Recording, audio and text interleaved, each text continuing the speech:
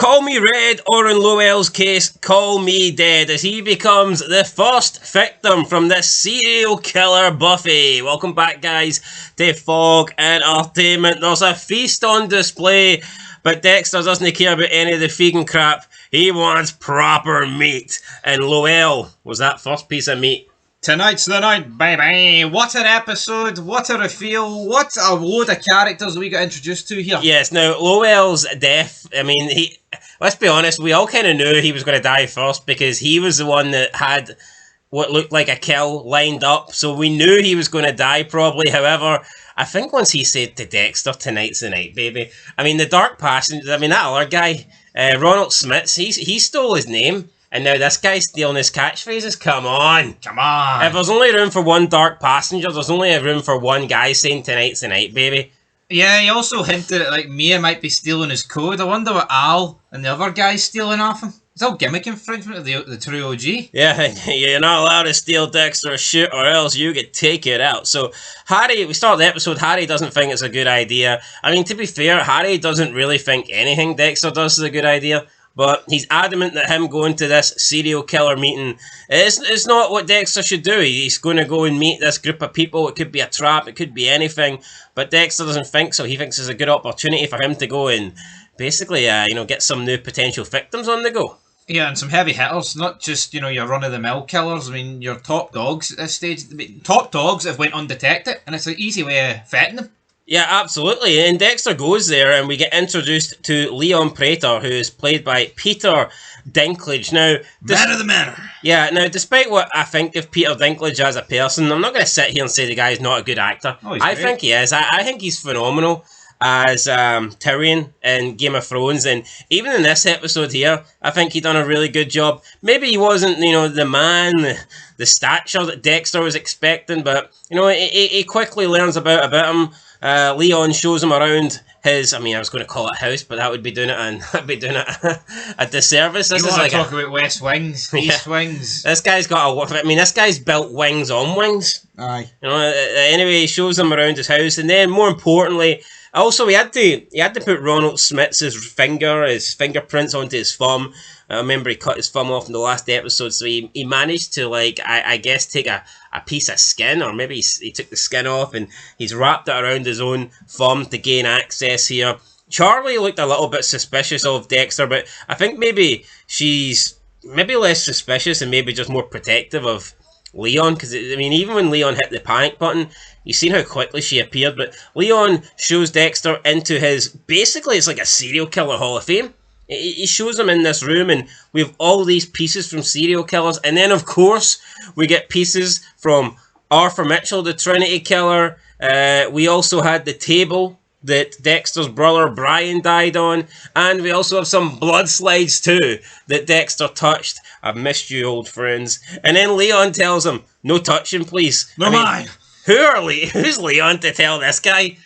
No, don't be touching your own slides. I tell you what, I know it's going to be a few episodes for now, but the reveal when Dexter tells Leon here, see half the stuff that's in that room, I want it back. It's mine, damn it. Yeah, so Dexter is taken back by all the cool memorabilia, and I think He killed in fours. He killed in fours, the Trinity Killer. It kind of reminded Dexter, I think, of the good times. It did, and I like the fact, you've got a lot of guys that are existing in the real world and in the Dexter world coinciding here in this one gigantic bubble. What a room. Leon then shows off the security, which is Charlie running out, and I'm thinking, it's just one person, that's no big deal, but then she radioed in, it sounded like the whole team was on the way. Yeah, so obviously this is well protected. Then we get introduced to more members of this group. We get introduced to Maya LaPierre, who's played by Christian Ritter. She goes by the name Lady Vengeance, and it seems to be she likes to go around killing sexual predators. So I don't know, maybe Harrison's trying to steal her gimmick, and that could be more gimmick infringement. We then get introduced to Lowell, who comes in, and Maya and him don't really seem to like each other. He's got a fascination with skinning people. So automatically, this guy came better. This guy was just better than George the Skinner. He was, but could Mia be the person that Dexter frames for the Ryan kill to get the police off of Harrison's trail? It's a good possible. Yeah, He's not the first person he's fucking framed. Yeah, maybe we need to dive into that. Then we get introduced to Al. He is the ponytail guy. His wife was expecting. Now his wife gave birth. He's showing off pictures of his family. Dexter's a little bit bemused, thinking, why can't I have a family like that? But instead, what happened to mine? My own son shot me. Then we get the other guy. I believe his name is Gareth. Is he the Zodiac killer? Does he kill Gemini? Gemini, right? This guy was shite. Honestly, everyone else had something about them. This guy's come in fair. I mean, not every single one of them is going to be having charisma, a bit of aura to them, so to speak. This guy just was fucking weird. Yeah, he seemed like the odd man out there. So it's hard to really have an opinion on him, but I'm kind of intrigued to know more about some of the other killers. Like, Dexter talked a little bit about Mia having a code. Just because Al collects ponytails, that doesn't mean he doesn't have a code. But we're yet to find out why he kills people and why he takes their ponytails. Maybe he only kills bad people. Yeah, you wouldn't know. Now, obviously, loyal. He kills people who've just got tattoos. They seem to be. It could range from good and bad people. But you're right. He needs to. The same way loyal. To be fair, maybe loyal only kills bad people that have tattoos. Potentially, but something tells me if Dexter finds that out, he's not really going to be too bothered about killing him. And at the dinner, Loyal literally made his own bed when he did the whole show and tell presentation. He told Leon that this is my next victim. They're getting a tattoo, should be finished within a couple of weeks, and I'll bring it fresh to you. And at this point, Dexter, who really hadn't, decided who he was going to kill, if he was going to kill anybody, that's pretty much forced his hand, because unlike the others, he doesn't know when they're going to hit next, but he does know that Lowell is going to kill his next victim within 2 weeks when the tattoo finishes. So we see Dexter talking with Harry as well. Harry is, one minute he's like, don't go, and then he's annoyed that Dexter's making friends with these people. And then he gets annoyed that Dexter is going to kill Lowell because that'll make it look suspicious with him being the new guy. But so Dexter's like, I can't win. You don't want me to go. You want me to kill them. And then when I go and kill one of them, you're not happy that I've killed him because it's going to make me look like, the guy that is taking Lowell out. So, yeah, Harry and Dexter not really on the same page in this episode. We get introduced to pretty much a code that Leon has that if you turn your back on this group, you die. And that's what happened to the guy with the Negan-style spiked bat. He was supposed to be at this meeting, but he was demanding more money, so it didn't go the way he wanted it to, and Charlie has taken him out. Yeah, I didn't like that guy. I think he got killed in episode 2. Didn't have anything about him. Like, the other people here around this table, they've all got something about him. That guy kind of just rocked up behind Charlie, and he felt like an absolute nobody. But back to LOL, I thought it was going to be the Gemini guy Dexter was going to kill, but once this guy reveals that he's essentially planning to kill his next victim, Dexter's obviously going to go towards him. We then got the scene with the table, which I was a big fan of, because Dexter's about to tuck into some of the greatest pieces of meat you've ever seen in your life. But it turns out he's on the cauliflower, because guess what? Ronald Smith is a vegan, so therefore Dexter Morgan is now a vegan. I mean, he could have just said, I had some vegan cookbooks, but don't believe everything you've seen in my apartment. I'm a meat eater, damn it. I like the red meat. I'm surprised Dexter didn't go down that road, but at least the cauliflowers looked nice. There was some later on in the episode, some kale pastries, looked like the most rank rotten thing I've ever seen in my puff. But Dexter learns at the meeting that there will be more, so therefore he's not really in a rush to kill any of these people apart from Lowell, who he knows he will need to take care of at some time. He befriends Maya, and then later we see them go out jogging. He kind of wants some more information about Leon Prater, but for me, if I was Dexter, I'd tend to be wanting more information about the killers, because he's came to the conclusion that Leon isn't a killer, despite him, being fascinated with serial killers and collecting all their trophies and memorabilia.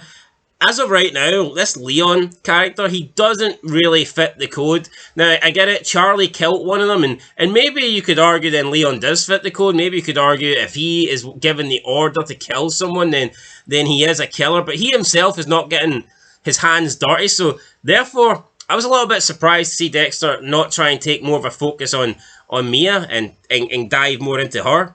reasons for killing, even though she does kind of explain her first kill and that it was a bigger release than ballet.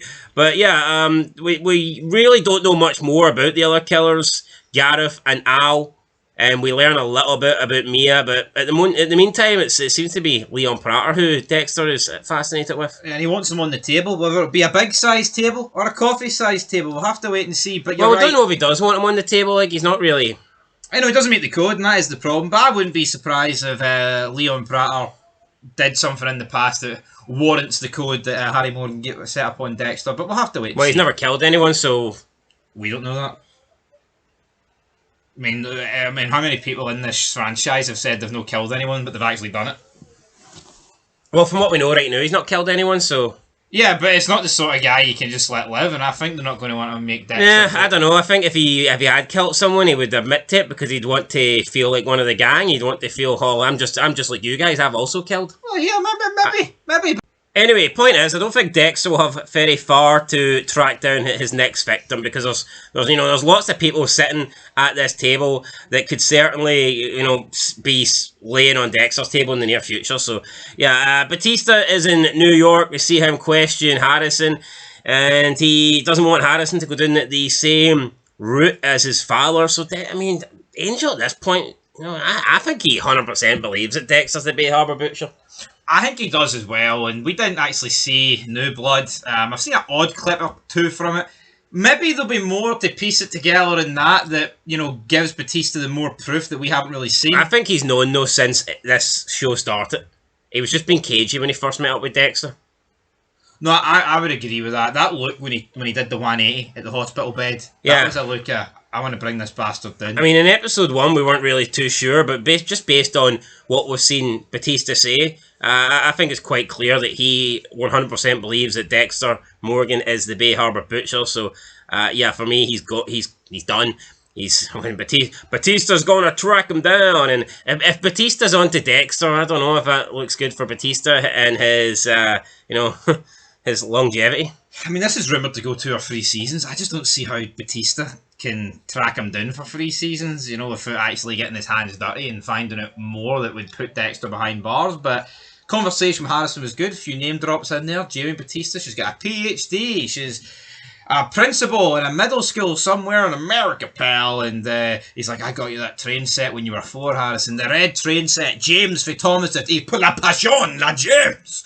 Amigo. And then Harrison just went on his way. He's like, this ain't just reminiscing about Miami, is it? And Angel's like, no. And he gives him his card. And then Harrison storms away to clock in. But Batista, he's on the prowl, man. He is looking for answers. And we got more of the detective lady.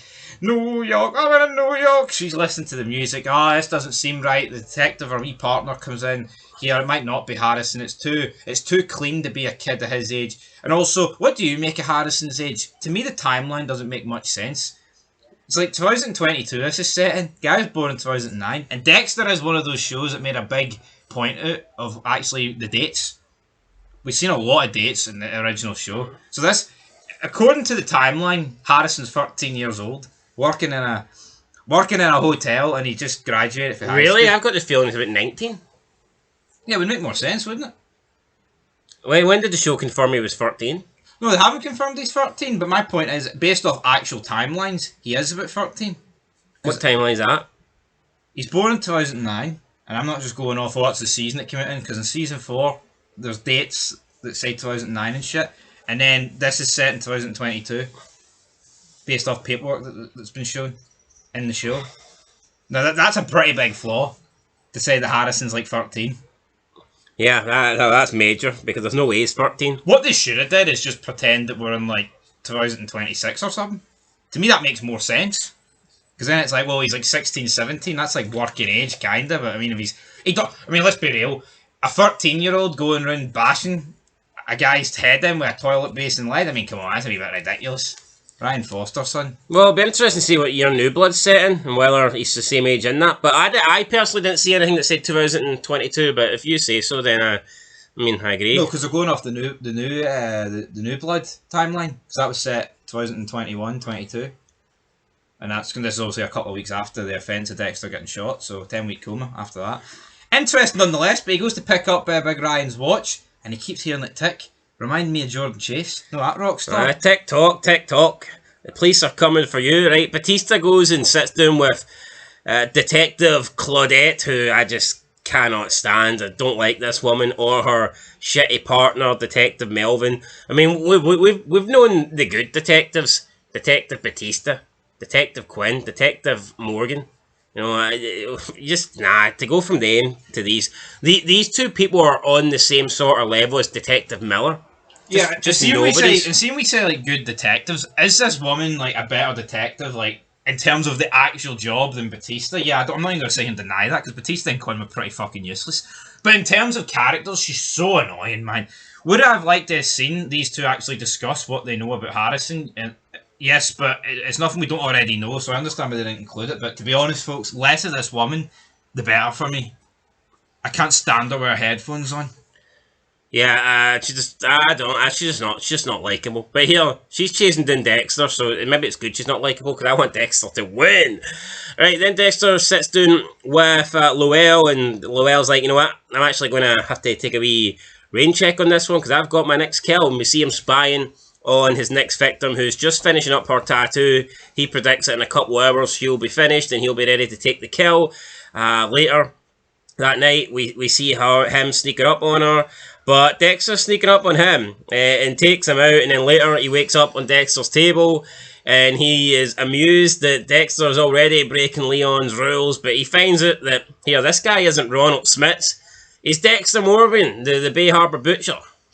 Yeah, I tell you what, man, this is a great reveal here for Dexter. Like, yeah, I mean, he could have let it breathe for a little bit, but this guy's probably thinking, oh, you've just broke the code on day one of our wee get-together with the serial killers. What have you done? He's going to have you dead. And then the big reveal that here, I'm no some jobber that's killed a bunch of taxi men.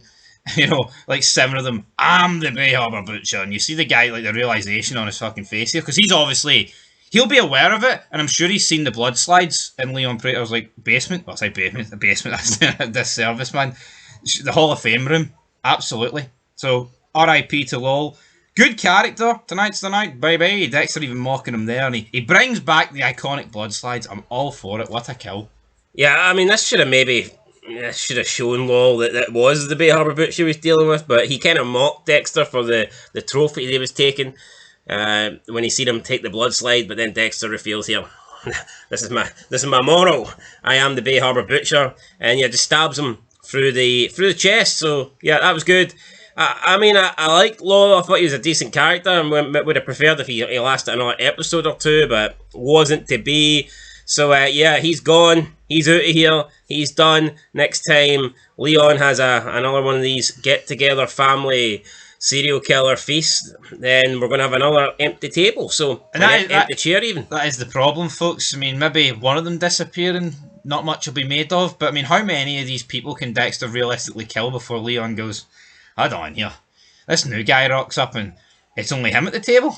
What's going on? Yeah, could we very well see this next meeting and only Dexter shows up? That would be pretty interesting. Not a lot else happened. He had Harrison over at Elsa's house. She wants him to, she says you can sleep on the couch. He tries to kiss her. She kind of pulls away and he's like, oh, I fuck up everything. And then we just see him run off into the middle of the night. So I don't really know what's happening there. I think they were watching more drag Paul race or whatever it's called. An absolute load of shite. She also revealed to Batista that some guy got killed in the hotel and that Harrison was a murder suspect. That makes Batista confront Harrison again.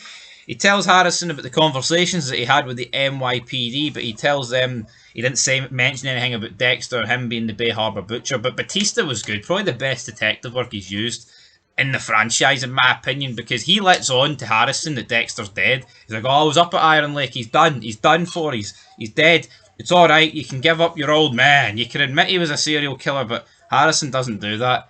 Because this would have been the greatest chess move from Batista to whip this out.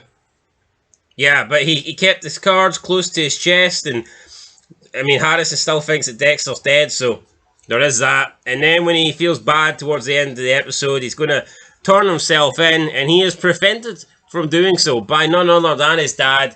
And Dexter tells him, wait, Harrison, don't do it, stop. Harrison turns around, sees his father, and the man that he thought he killed is no dead. He's alive. So, good ending to the episode.